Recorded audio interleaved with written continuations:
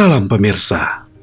Ekonomi Amerika Serikat mengalami kontraksi pada kuartal kedua, menandai 2 kuartal berturut-turut pertumbuhan negatif yang merupakan definisi umum dari resesi. Produk domestik bruto PDB menyusut 0,9% pada kecepatan tahunan, menyusul penurunan 1,6% pada kuartal pertama, sebagaimana dikatakan Kementerian Perdagangan Amerika Serikat pada Kamis 28 Juli. Market telah mencatat kenaikan 0,5% selama April sampai Juni. Penurunan PDB mencerminkan penurunan inventory atau stok persediaan minus 2,01%, investasi residensial minus 0,71%, dan government spending atau pengeluaran pemerintah minus 0,33%. Tapi ini diimbangi oleh kenaikan ekspor plus 1,43% dan belanja konsumen plus 0,7%. Ekonomi Amerika Serikat melambat pada tingkat yang signifikan. Demikian ekonom Muhammad El-Erian mentweet tak lama setelah angka-angka itu dipublikasikan. Tambahkan ke perubahan harga 8,7% dalam data hari ini dan intinya jelas, memperdalam stagflasi dan resiko resesi merah yang berkedip. Laporan PDB yang sangat dinanti-nanti juga menunjukkan bahwa pendapatan pribadi real turun 0,5%. Dan tabungan pribadi sebagai persentase dari pendapatan pribadi yang dapat dibelanjakan turun menjadi 5,2% pada kuartal kedua dari 5,6% pada kuartal pertama. Selain itu, penurunan inventory didorong oleh penurunan perdagangan eceran, terutama pada toko-toko barang umum dan dealer kendaraan bermotor. Penurunan belanja pemerintah tersebut disebabkan oleh turunnya belanja non-pertahanan, terutama karena penjualan minyak mentah dari strategik petroleum reserve. Rincian laporan menunjukkan bahwa investasi residensial mengalami kontraksi sebesar 14% pada kecepatan tahunan. Ini didorong oleh penurunan struktur lainnya, khususnya komisi pialang. Penurunan investasi real estate mencerminkan penurunan komisi broker. Laporan ekonom Morgan Stanley menyebutnya resesi teknis untuk ekonomi. PDB real berkontraksi pada kuartal kedua menandai resesi teknis, tulis para ekonom. Kami telah menyoroti resiko bahwa data kuartal kedua akan menandai resesi teknis, bukan resesi ekonomi, karena permintaan domestik final swasta tetap positif di paruh pertama tahun ini. Morgan Stanley mengharapkan pertumbuhan yang lebih kuat pada kuartal ketiga tahun ini.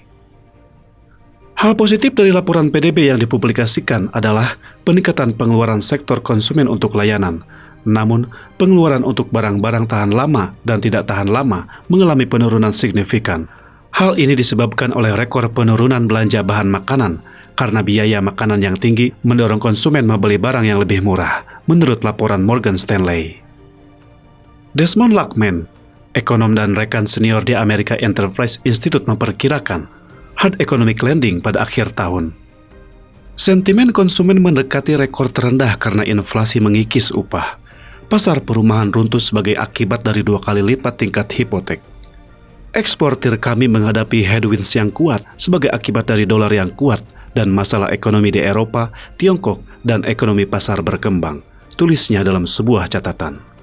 Saham anjlok pada awal perdagangan pada Kamis karena berita PDB, tetapi pulih di kemudian hari. Dow Jones Industrial Average naik lebih dari 300 poin, sedangkan S&P 500 naik hampir 1%. Indeks komposit Nasdaq naik 0,7%.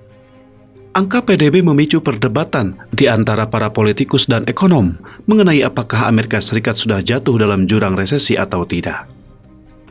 Dipercaya secara luas bahwa 2 kuartal berturut-turut penurunan PDB real adalah resesi langsung, tulis ekonom Ed Yardeni dalam sebuah catatan.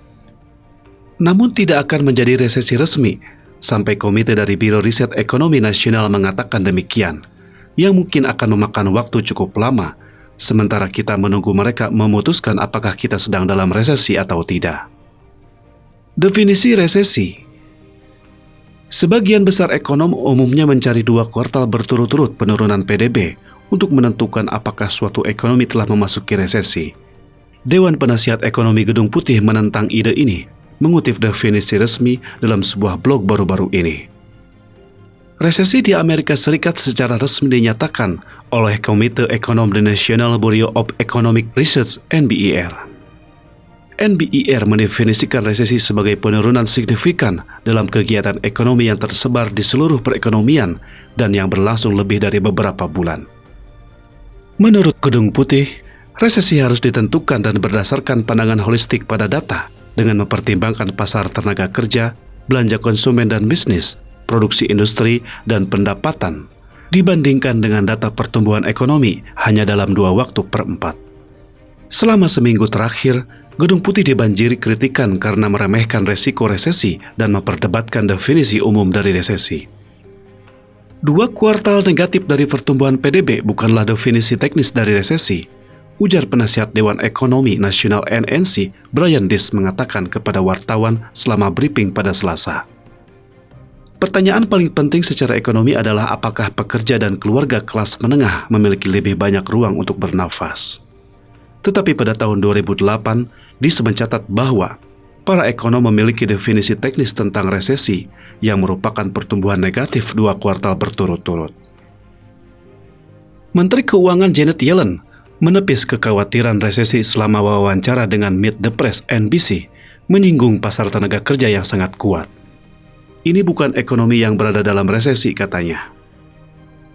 Dalam konferensi First pasca Federal Open Market Committee (FOMC) pada hari Rabu, Ketua Federal Reserve The Fed Jerome Powell juga menegaskan bahwa Amerika Serikat tidak berada di tengah penurunan ekonomi, menunjuk pada situasi ketenaga kerjaan. Saya tidak berpikir Amerika Serikat saat ini dalam resesi, dan alasannya adalah ada terlalu banyak bidang ekonomi yang berkinerja terlalu baik, kata Powell. Siklus bisnis yang tak biasa. Beberapa minggu terakhir, kasus dasar yang berkembang bagi banyak ekonom dan perusahaan Wall Street adalah resesi, menunjuk ke beragam data yang mendukung proyeksi ini, namun waktunya bervariasi mulai dari akhir tahun hingga 24 bulan ke depan. Tidak satupun mengatakan bahwa resiko resesi tidak perlu dikhawatirkan. Sebaliknya, kami memperkirakan bahwa resiko resesi akan memuncak pada tahun 2023, karena saat itulah ekonomi akan merasakan beban pengetatan Fed. Secara khusus, kenaikan suku bunga mulai memicu penurunan di pasar perumahan.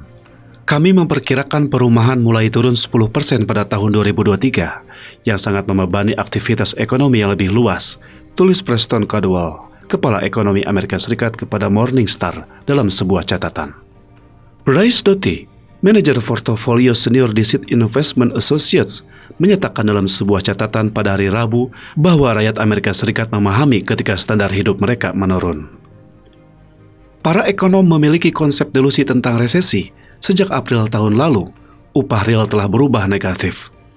Pekerja akan resign karena ongkos lebih tinggi melebihi kenaikan upah yang mengakibatkan pengurangan bersih terhadap apa yang dihasilkan.